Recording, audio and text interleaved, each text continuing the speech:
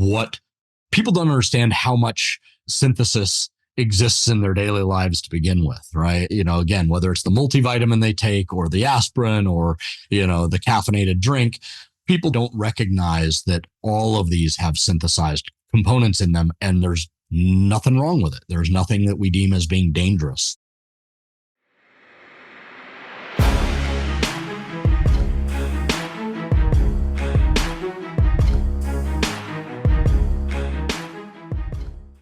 What's up, guys? Welcome back to another episode of Dime. I'm Brian Fields, and with me, as always, is Kellan Finney. And this week, we've got a very special guest, Shane Johnson, Senior Vice President and General Manager at BayMedica. Shane, thanks for taking the time. How you doing today? I'm doing great. Thank you so much for having me. Excited to dive in. Kellan, how are you doing?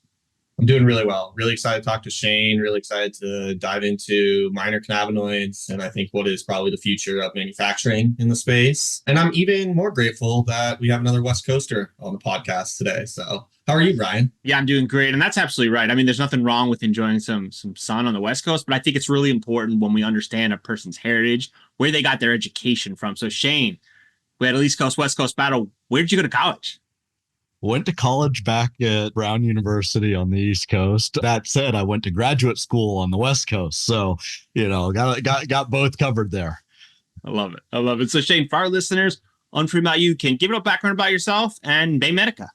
Sure. Let's see. Educationally, my background is neuroscience, undergraduate degree in neuroscience, actually also studied studio art, and then went through medical school, never ended up practicing medicine, got pulled into the biotech industry. So I've been working really more on the business front, did a lot of strategy consulting in the biotech world for many years. It kind of pulled into, I guess, the world of cannabinoids back 2013, 2014, right around then. So over 10 years ago now. The son of one of my neighbors has a very rare genetic disorder, and I credit cannabis with saving this young man's life. And I'm happy to go into that story, but the long and short of it is that got me looking at, with my background, why don't I understand this? I ought to, and I don't. So it got me looking at research coming out of Israel and the Netherlands, places like that. Ultimately, I ended up starting what was then medical cannabis cultivation and manufacturing company in the state of Nevada with my friend John.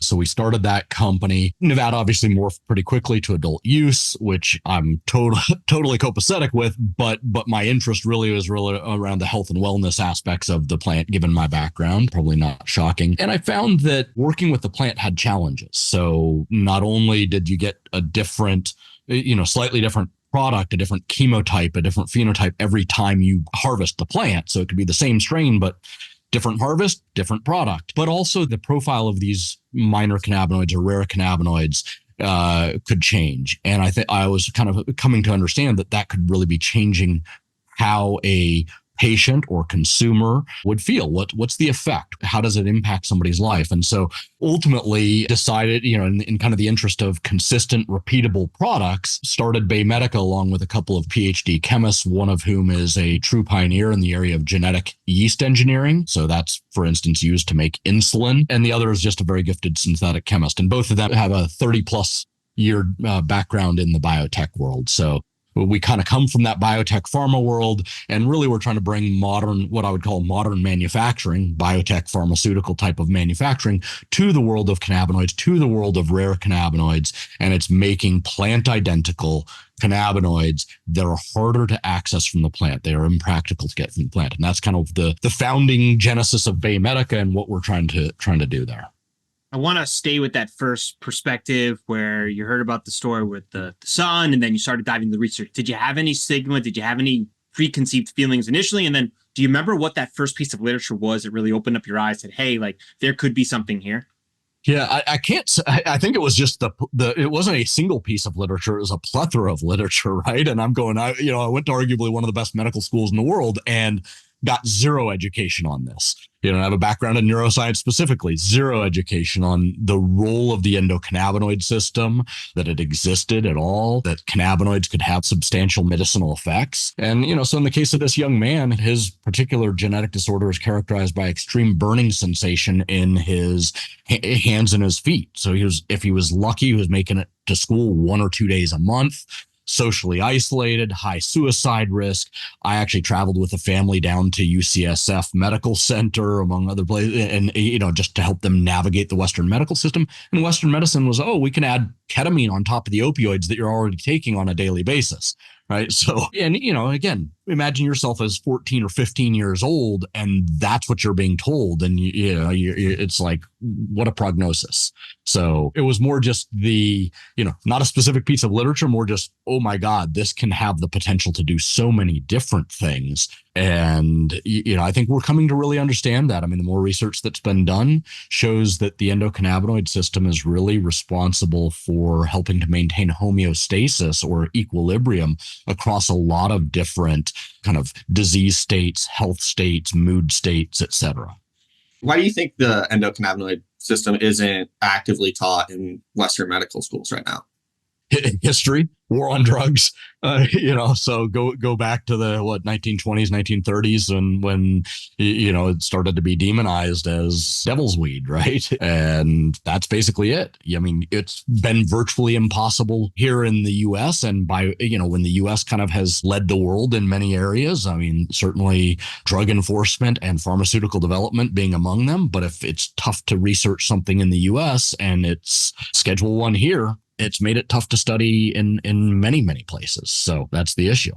I don't want to tangent this, but I have one more question associated with this topic. How easily do you think it would be to facilitate a change within the medical board review process that now requires the endocannabinoid system to be taught in medical school?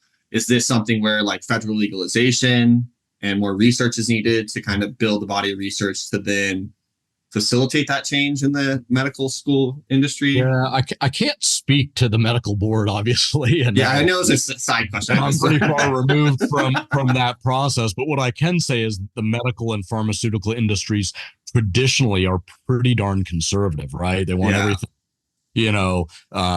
triple checked FDA, go through full FDA approval process. When you've got multiple double blind placebo controlled studies, then you finally start to believe that something maybe is true. So, from that basis, I think it really just takes more research, more data, and it's time. And, very candidly, it means that older generations that are still kind of guiding a lot of the policies and procedures and generation of policies and procedures probably need to, segue into the sunset, and newer generations kind of, they're a little bit more open-minded to other options come along. What a lot of our listeners wanted to hear you say, Shane, was Schedule III.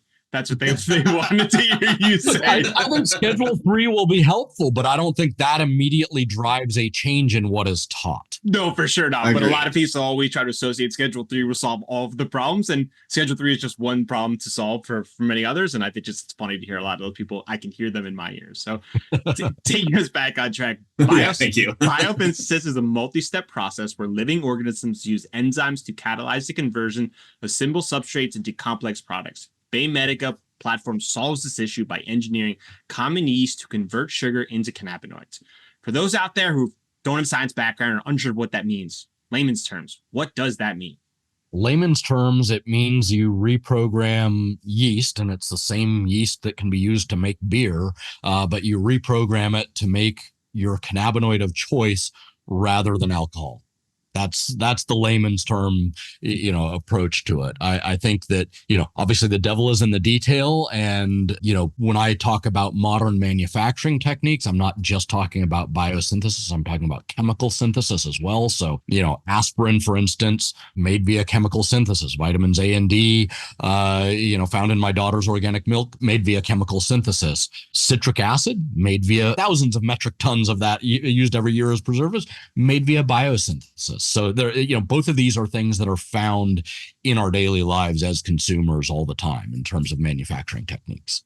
But most consumers don't think twice, right? They don't understand the difference, or they do know that these things are happening and they just overlook them. Which one do you think is currently happening? I think most people don't ever think about it. I think some people do. And I think, you've got a whole lot of people who, and I think rightly so, often lean into, hey, if the plant, if the plant, whether it's the cannabis plant or, your basil plant makes it, it must be, it's from nature. It's going to be better. But oftentimes what's in nature, you find that you can't access it readily in nature. Or in the case of, accessing some of these rare cannabinoids, which can have some very beneficial specific effects as rare cannabinoids, the only way to get them from the plant is they come along with other things that maybe you don't want. I mean, if you're a pilot, you probably don't want THC because you would lose your job, along with the THCV that maybe you would like because it enhances energy, focus, reduces appetite, etc. So then in that case, you would want a THCV, a Delta 9 THCV that has zero THC associated with it. The plant doesn't make that. So in certain cases, you've got to kind of rely on other techniques to synthesize and as well as potentially purify. Yeah, there's another really famous chemical that nature makes, Taxol, right? That's used in cancer treatment. And the plants just don't make enough of it for us to produce quantities significant for treatment of it treats cancer, I think, right? Or a type of cancer. I think there we're talking about the Pacific yew tree or something. Yeah, totally. And so this is the same case with the miners, right? Absolutely. Absolutely. I mean, this is, the example you gave. I think there aren't enough Pacific yew trees on Earth. Yeah. I mean, look, vanilla is another one, right? I mean, if we wanted vanilla flavor to only come from vanilla beans, there would be no vanilla trees left on planet Earth. As it is, it's a small fraction of the vanilla flavoring that people get is actually true vanilla bean. Most of it is vanillin, which is synthesized.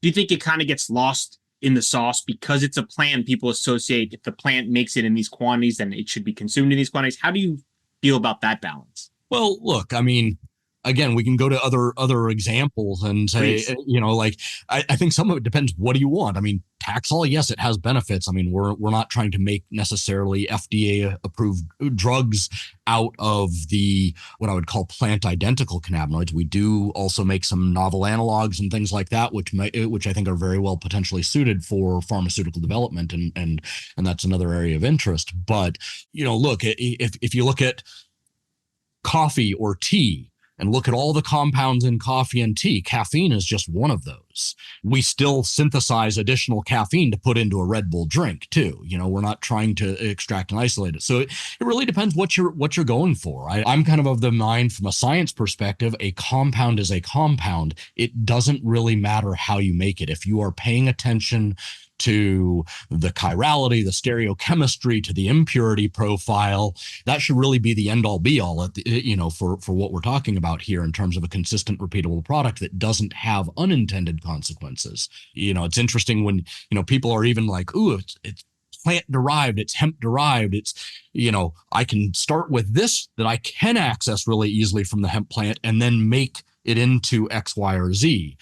We've seen that, and we've tried it with CBDV from the plant and making it into THCV, for instance. I mean, you try doing that, but the bottom line is if you end up with I'll call it the broader the spectrum of the input material. So if you don't have something that's super highly pure as the input to a chemical reaction, then the broader the spectrum of the impurity profile. So the unintended consequences of what you're making. And so essentially by manufacturing these miners with these methods, you're creating a stability within the product concentration, purity, which essentially is helping every company downstream of you as well, because now they're no longer having to reformulate every single brand or product that they're launching because this batch of oil has 88% of these cannabinoids from the distillation process. And now the next month, this batch has 95. So there's none of these changes that are occurring from companies that are utilizing your ingredients. Yeah, I wouldn't say none. I mean, even we have some batch to batch. Yeah, but the tolerances are much less. Yeah. Yes, you're absolutely correct. So, and that's part of the point, right? If you're a multi-state operator or somebody operating in more of the CPG space and you want the same product in every jurisdiction in which you're selling, certainly if you're a multi-state operator, because nobody's shipping THC legally across state lines yet, and you want to create a specific product and you want it to have a consumer experience to be the same in Arizona as Colorado as New York, you want to make that consistent, repeatable product. This is a way to do that. If you have a THC distillate and you combine it with X, Y, and Z other cannabinoids, it might be hemp CBD, it might be a synthesized THCV, whatever the case may be, but that's how you can create then a specific repeatable profile where the end consumer is going to have the same experience every single time. And the consumer expects the same type of experience every single time. They've been conditioned that way. That's what we've been taught in our world, is that we have the access. I mean, I can go have a Red Vine or a Red Bull, whichever, whatever it is. But in the CPG world, I go buy a product in a given convenience store or state, it's going to be the same regardless of where. Are there certain minors that your guys' organization has focused on in terms of manufacturing and like optimizing that procedure? Sure. Yeah, we've made, I don't know, at this point, probably anywhere from, 20 to 30 different naturally occurring, plant identical cannabinoids. We, as I said, utilize biosynthesis. We use chemical synthesis. We've utilized hybrid approaches. We've explored starting with plant derived material and generally have steered away from that just because, again, we end up with more variability in terms of the end product. We're still not opposed to that. I think an example where that is done routinely and done very, very well is CBD is able to be isolated in a highly pure form from the plant. And to make CBN, you can use a 99.9% CBD isolate and make CBN. And that isolate for the CBD, in that case, people are able to crystallize that out and not have any other cannabinoids kind of come along with the CBD. So that's an example where the plant works really well as a starting material. The first cannabinoid we ever sold commercially is cannabichromene, or CBC. When we first made that, it was actually via kind of what I would call a hybrid approach. We were getting good yields of a precursor that's found in the plant as well. So when we do biosynthesis, you're basically mirroring exactly what the plant does. The plant does biosynthesis. So we were getting good yields of olivetolic acid in our yeast strain. My co-founder, who's a good chemist, started playing around with it and came back a little while later. And he's like, "Hey guys, I think I'm making this CBC compound better than what I'm seeing in the literature, or more efficiently. Are we interested?" Of course, the answer was yes. And since that time, we've made CBC via full biosynthesis. We've also made it via full chemistry. And most of our manufacturing today is via full chemistry because, again, we end up with a consistent, repeatable product. And also the ad hoc manufacturing, or kind of batch-based manufacturing versus a continuous manufacturing process, lends itself toward chemistry as opposed to biosynthesis. Can you just give a quick difference between the two? Again, biosynthesis is what a living organism does. So any plant out there that's making a given compound, it's literally the biology of the plant that is converting precursors in the plant to something new. Chemistry, we're taking, starting materials that can be plant derived, they can themselves be synthesized, and we're taking those starting materials, oftentimes the exact same thing as what you might find in nature, just made elsewhere, and using that as the basis for a chemical conversion. Then you end up with these hybrid approaches where you have starting material made in plant or in yeast or whatever, and then chemical conversion is done, still uses all the same chemicals as a full chemical synthesis. So one of the main aspects in biosynthesis is the enzyme is the catalyst in the chemical change, right? Operating in yeast, I know that you guys are potentially having to utilize a lot of like THC synthases and other synthases from the metabolic pathway within cannabis that were patented. And I know in the early days when I looked at the landscape for bioengineering of like E. coli or yeast, right? Crohn also tried this, a couple other companies, that it was very challenging to navigate the field because there's a lot of like previous IP on those enzymes. So like, how did that play into BayMedica's like ability to navigate? And does that kind of dictate some approaches where you're like, hey, we don't want to synthesize this cannabinoid because in utilizing like a biosynthetic pathway because there's significant like IP associated with it? Can you kind of talk on some of those aspects? Yeah, look, I mean, I am not an IP expert, and nor am I the PhD chemist who's developed I all like both those answers. technology.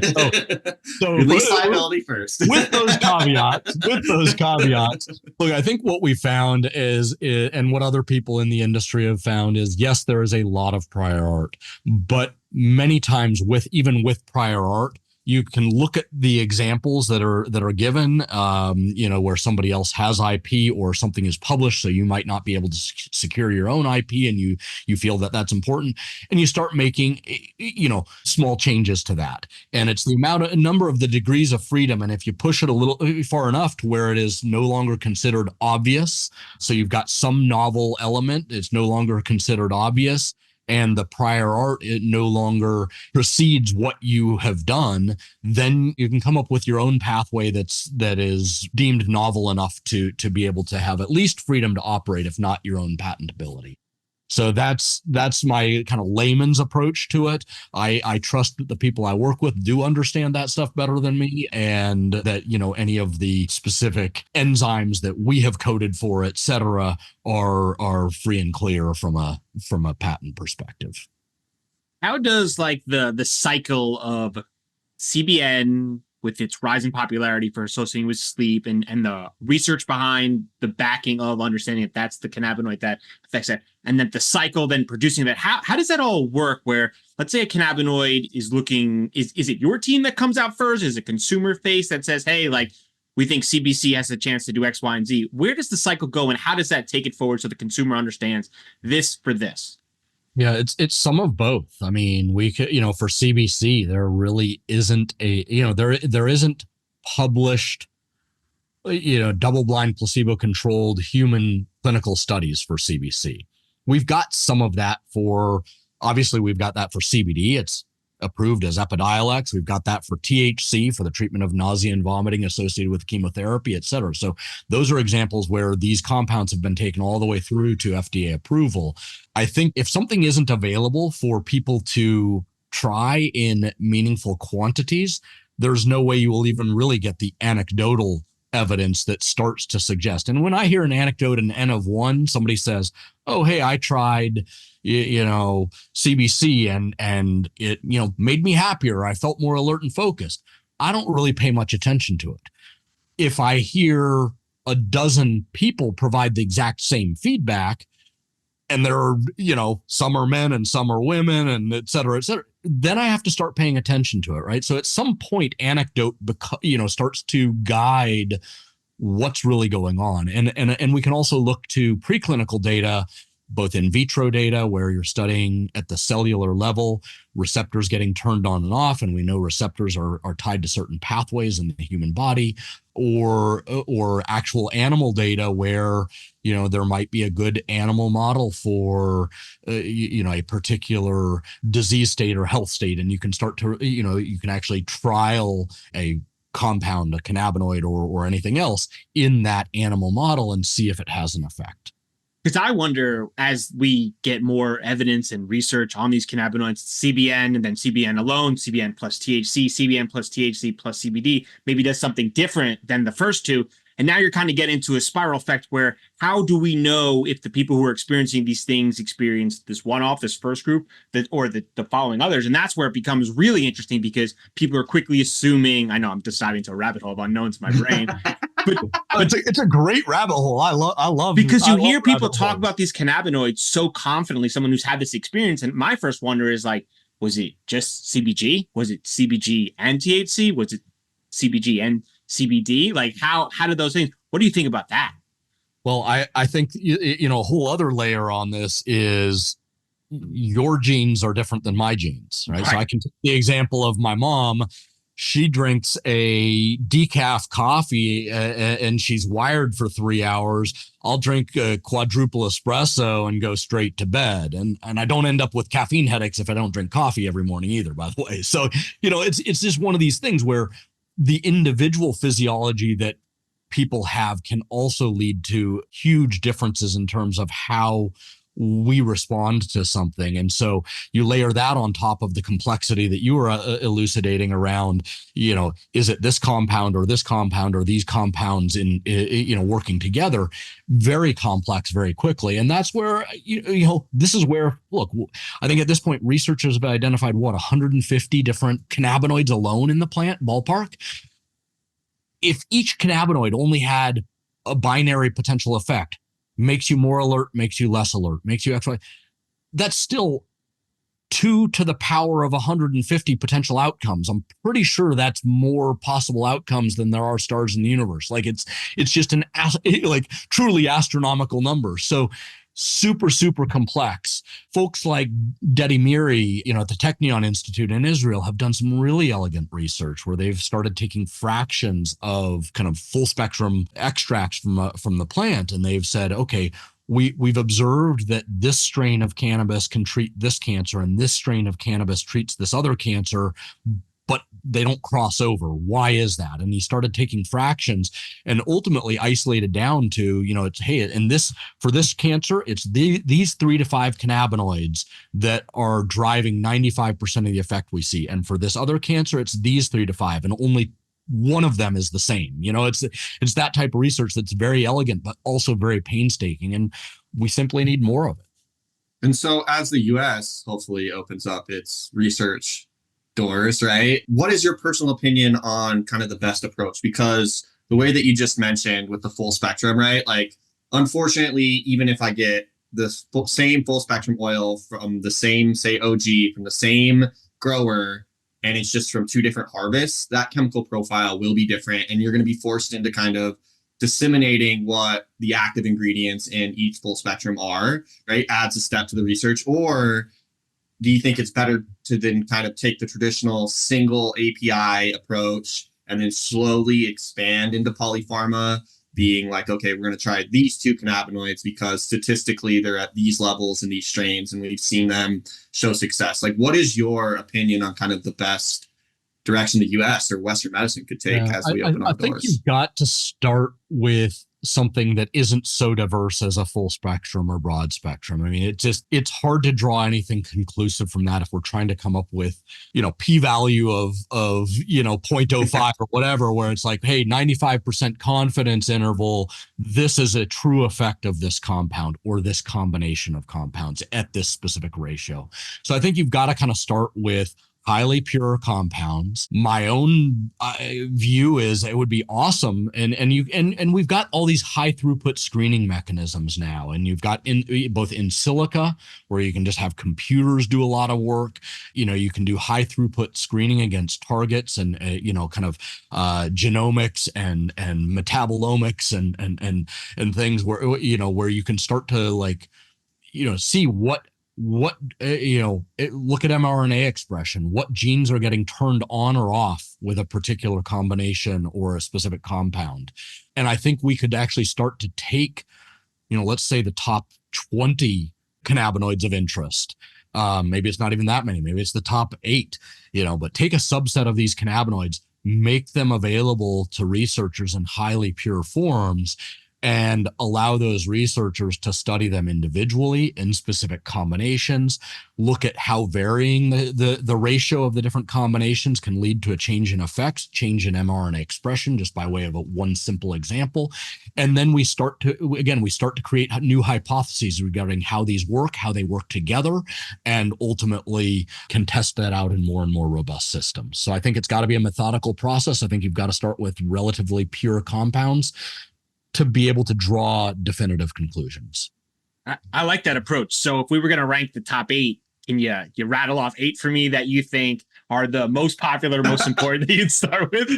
Look, without getting into, the acid forms, which I think is, I can, and the acid forms should be included. They have very different effects than the non-acid forms, right? THCA, not intoxicating, THC intoxicating.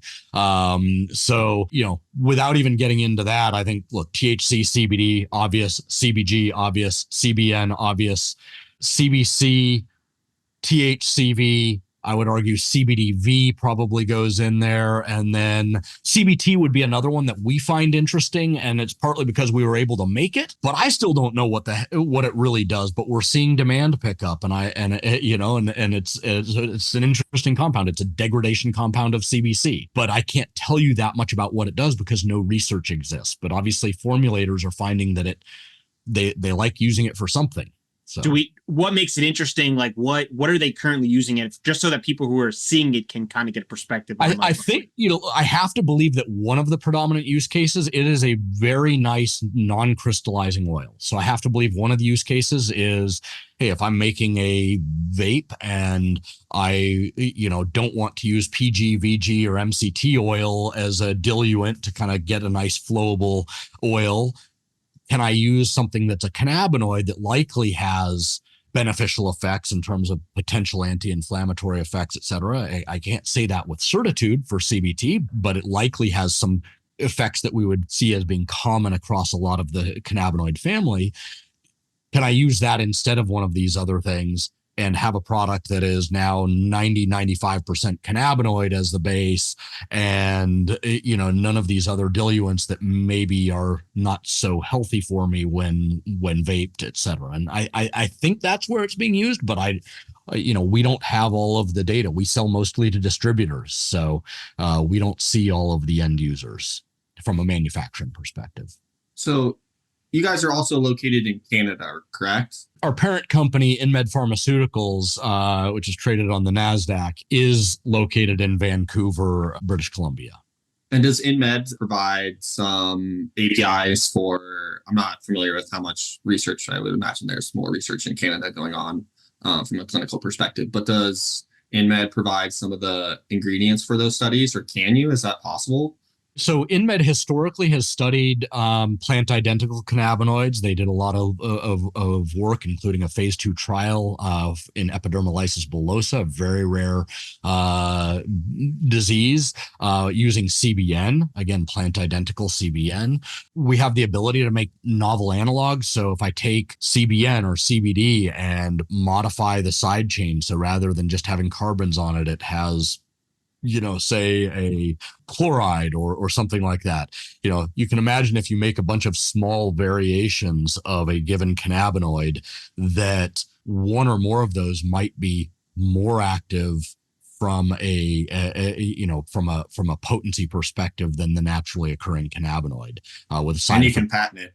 And you can patent it. So there's the IP element, which is definitely attractive, and it's easier to protect because it's harder for someone else to just necessarily go make that in the same way, the same purity. So that's where kind of InMed is now focusing more of its pharmaceutical development program, is around these novel analogs, novel APIs. And that's something actually that BayMedica has historically also done, along with making these naturally occurring cannabinoids. So they've kind of leveraged the platform that we've built to make some of these novel analogs.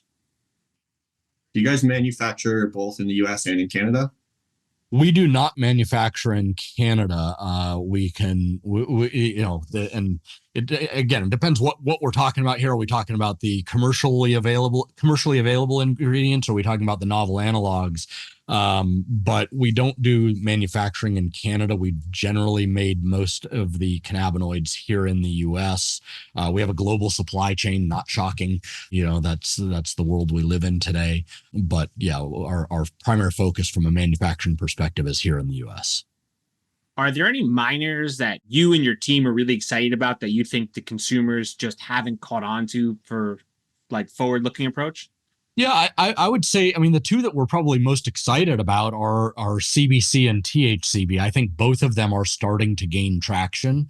You look at sales growth year over year of these rare cannabinoids for instance, we just did a report on the edibles market in state legal marijuana arena, and you see CBC and THCV being utilized in an increasing fashion in some of these edibles to create specific ratio products. CBN is still the most popular in those markets, but I think there's a growing recognition that, hey, THC distillate alone gets you only so far. And if you want to create more differentiation of your SKUs, you want more effect-based outcomes for your consumer base, et cetera, then adding minor or rare cannabinoids in specific ratios is a really easy and cost-effective way of doing that. Not to mention the fact that most products that have rare cannabinoids in them are able to command a slight price premium. So it kind of protects in two ways for your market opportunity. THCV, for those who might be unfamiliar, that would be the skinny weed.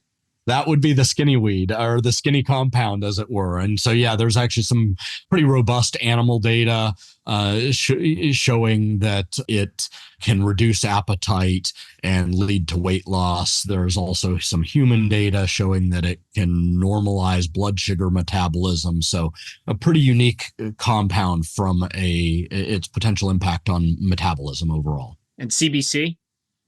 CBC, wide range of potential impacts, but I think big areas have to do with mood and overall kind of alertness and energy. At least those are the ones that we can talk about. So, which one's easier to make?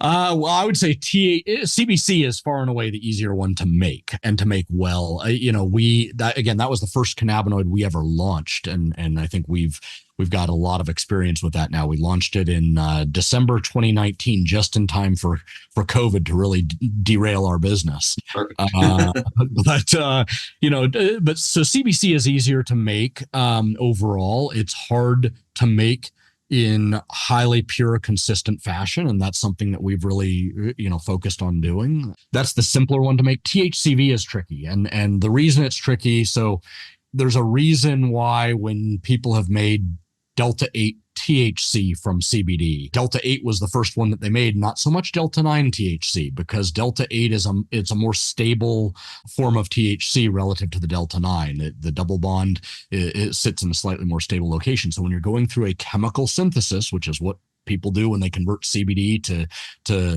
Delta 8 THC or Delta 9 THC or any of the other variations thereof, the chemistry naturally lends itself. It's much easier to land on that Delta 8 conformer. Well, that's not exactly what the plant makes. So for THCV, we're of the mind the plant makes a Delta 9 THCV, we should be making a Delta 9 THCV. And again, very tough to do in a highly pure form. I'd say, when we first started looking at THCV, most of the THCV that was on the market was 80% Delta 8 and maybe 20% Delta 9 in terms of ratio. We're now making a THCV that's 98% Delta 9 and maybe less than 1% Delta 8. So highly pure Delta 9 THCV specifically. And that's tough chemistry to do. So these cannabinoids minors that you're making have various shelf lives from a stability standpoint. So for example, in certain combinations and ratios, you think that the longer it goes on, it might influence the effects, just in case a consumer who pulls out, let's call it like a sleep edible, goes, hey, like this one didn't work as well as this batch. Look, I can't speak to all of the finished form factors because I think at the, when that form factor itself is going to have its own shelf life and will, depending on, A, the form factor, and B, how a consumer stores it, are they keeping it on the windowsill in sunlight, and is it in a clear bottle, or is it being kept in the refrigerator in the dark in an opaque vessel? And those are the same things that we look at for the pure compounds. We tend to keep everything in opaque vessels. We suggest that everybody store, whether it's CBC or THCV, in a cold environment. THCV, we even store frozen usually because it is more susceptible to degradation than other cannabinoids. It's trickier to work with. Fantastic compound, trickier to work with. But regardless, CBC, THCV kept in a cold, dark environment, they're very stable. We've had CBC that I've had in the refrigerator for a couple of years test higher on a repeat test after a couple of years than in the original testing, i.e. it's within the margin of analytical error. THCV also appears to be very stable when kept in a freezer in a dark environment. Open it up to the air, oxidation becomes an issue with THCV. that's where, you're asking about formulation and finished goods. Really tough to tell if it's got THCV in it and it's more of a oil or a single surface layer effectively where it would get exposed to oxygen. I'm probably less concerned about degradation. If you want to make it into a powder that you're going to stir into a beverage, that's going to be trickier. Does that powder actually protect the THCV itself from oxidation? And again, some may and some may not, but it would be specific to that formulation. So making a lot of these novel products sounds like you guys have been implementing new technologies, a little bit existing technology. So when you built your manufacturing facility, was it kind of like you guys had to reinvent the wheel, or is it kind of like you're just picking and choosing different technologies from existing industries? Can you kind of talk us through that process? We pick and choose existing technologies from existing, from industry. Again, we leverage kind of modern manufacturing techniques. Those techniques are widely used.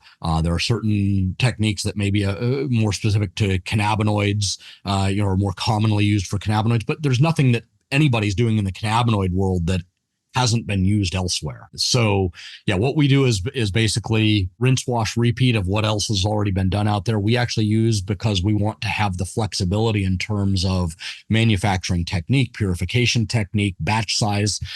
We actually use third-party manufacturers to do most of the work we do. So they do it according to our specifications.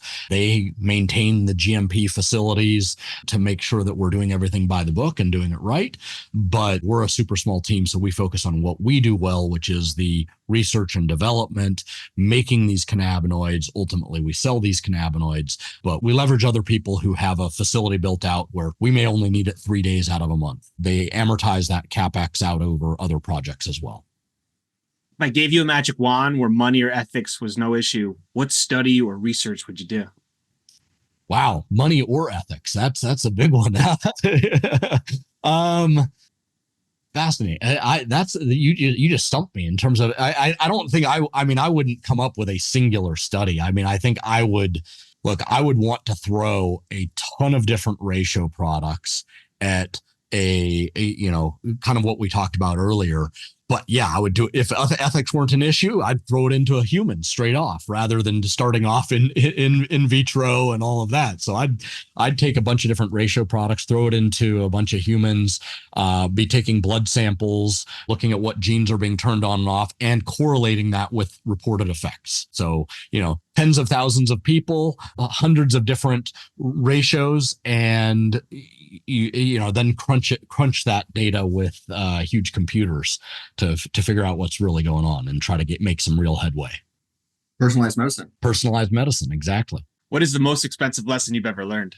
Well, at the end of the day, know that you've got an end market before you make something, or do your best to ensure that you've got an end market. So if you and with cannabinoids, that's a tricky balance, because a lot of these cannabinoids, we don't know what they do, so we don't know that there's an end market. So, but you've got to figure out how to make something cost effectively. And there's a cost in use with cannabinoids that I think I've come to really appreciate. So, when we first started making, I remember when CBD cost $60,000 a kilo for CBD isolates, now down at $300 a kilo, right? It's crazy.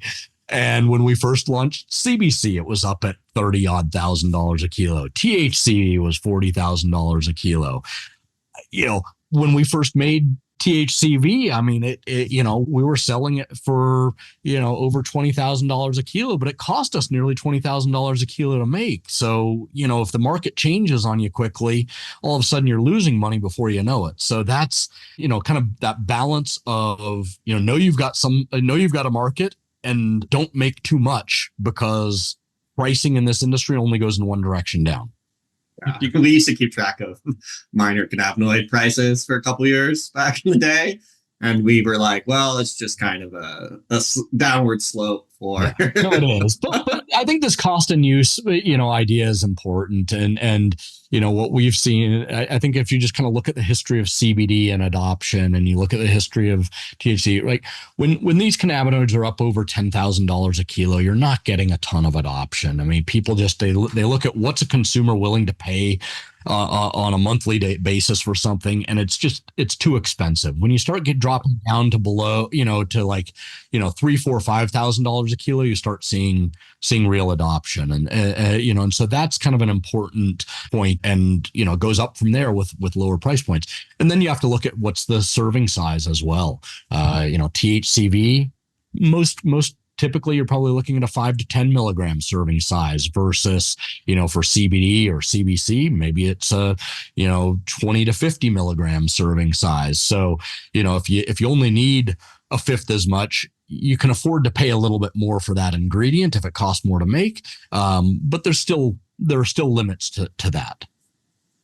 You could put anything on a billboard, metaphorically speaking, to get a message to billions of people. It could be an image, a quote, a word, or something that inspired you. What's the first thing that comes to mind? There's a phrase that somebody shared with me long ago, and I love the phrase, and I try to kind of incorporate it into my life. But it's keep on doing good until there's too much good in the world. So not easy to live by, and I think we're in no danger of there being too much good in the world anytime soon. But that's always inspired me. Love it. What question do you wish more people asked you? I wish more people would ask. It's really, I wish fewer people would assume that because something is synthesized, it can't be good or natural. Because the fact is, we can make things in a purer fashion than a lot of things that are simply extracted from nature. And so it's not so much a question, I think, as I wish people would actually listen and learn. I find that misinformation is probably the most, that's the biggest challenge we have. People don't understand how much synthesis exists in their daily lives to begin with, right? Again, whether it's the multivitamin they take or the aspirin or, the caffeinated drink, people don't recognize that all of these have synthesized components in them, and there's nothing wrong with it. There's nothing that we deem as being dangerous. So that's, I wish there was less misinformation and that people would, dive in and learn a little bit before making assumptions. It's exactly why I wanted you to elaborate earlier on in the conversation, because I think there's a lot of people who hear that word and immediately get turned off, and kind of having you break that down and explain it to them that it's commonplace and most people just don't think twice about it is a real changer for them. Yep. All right. Shane, prediction time. What steps do you believe are necessary to unlock personalized cannabinoid formulations, and how close are we to achieving this goal? I think we're a long ways away from achieving that goal. In 50 years, 100 years? No, maybe not. I mean, look, I think it's measured in tens of years, though. I mean, to truly get to the point where we understand enough about what different cannabinoids do. And I'm taking your question to mean a broader array of cannabinoids, not just THC and CBD as kind of the poster children of the cannabinoid family of molecules. So if I look across a broader cohort, I think it's going to take a decade plus to really get further data, get more repetitions under our belt in terms of people's experience, create these stronger data sets, and ultimately to validate that out in the market. I mean, there have been a lot of FDA approved drugs where somebody said, oh, this drug is safe, it's efficacious. And guess what? It's not safe and it's not efficacious. You get out in the market and you put the repetitions on it, and it ultimately gets withdrawn from the market. So, I don't discount that we're dealing with huge nuances and complexities of the human body, individual variability in terms of our physiology, coupled with infinite variability in terms of the cannabinoids or combinations of cannabinoids that we could get. And so it's not simple. And so it will, I don't think even in tens of years we will have everything answered by any stretch, but I think we will know a lot more. And I think that, that's my dream, is that you can walk into a dispensary or, maybe it's your local, whatever health food store of choice, whatever it is but you walk in, effectively a pharmacy for, kind of medicines coming from nature. And you walk in and you say, here's my genome on a chip, right? And you literally hand them something, they scan it. And I'm having issues with sleeping, and they look at your genotype and say, okay, here's the top 3 formulations that we think you should have. And it's got these combinations, and they literally custom print you 10 tablets of each formulation, and after you've tried each one for 10 days each or whatever, come back and tell us which one works the best, and that's the one we'll prescribe for you going forward, or make for you going forward. Like that's a dream. Are we there yet? We got a ways to go. Kellan. I agree, but I think it's like 15, 20 years out, right? I would say 5 years is needed to kind of get a deeper understanding of how the endocannabinoid system interacts with the human body, what role it truly plays in homeostasis. I also think that understanding is probably going to have massive ripple effects across the entire pharmaceutical industry as a whole, right? Because there's probably some side effects from other medications that we're never really truly able to explain because they were probably inhibiting some part of the endocannabinoid system that was responsible for this aspect of homeostasis, right? And then after those 5 years, I think after like the next 10 years, you'll have more in depth with all predicated on descheduling, right? I don't disagree. I mean, I think it's going to be a process, and you talked about side effects of pharmaceuticals. If it's a kind of an really interesting to look at, because the approach of drug development historically has been, there's a receptor, I want to bind it or block it, right? I want to bind it as tightly as possible. I want to block it as strongly as possible. So it's basically taking a sledgehammer to something and saying, well, let's take that sledgehammer to it, and we're gonna fix it, But in that fix, you often end up with these side effects that are equally prominent. Like every drug doesn't just go interact with that one enzyme, right? So like that is a hammer. That hammer is going to hit every single enzyme it comes in contact with, right? Absolutely. Some of those are endocannabinoids. Yeah. Cannabinoids are fascinating, though, because, when we look at the, CBD, I mean, THC, I think, is a little bit different than THC analogs that predominantly binds the CB1 receptor. Yeah.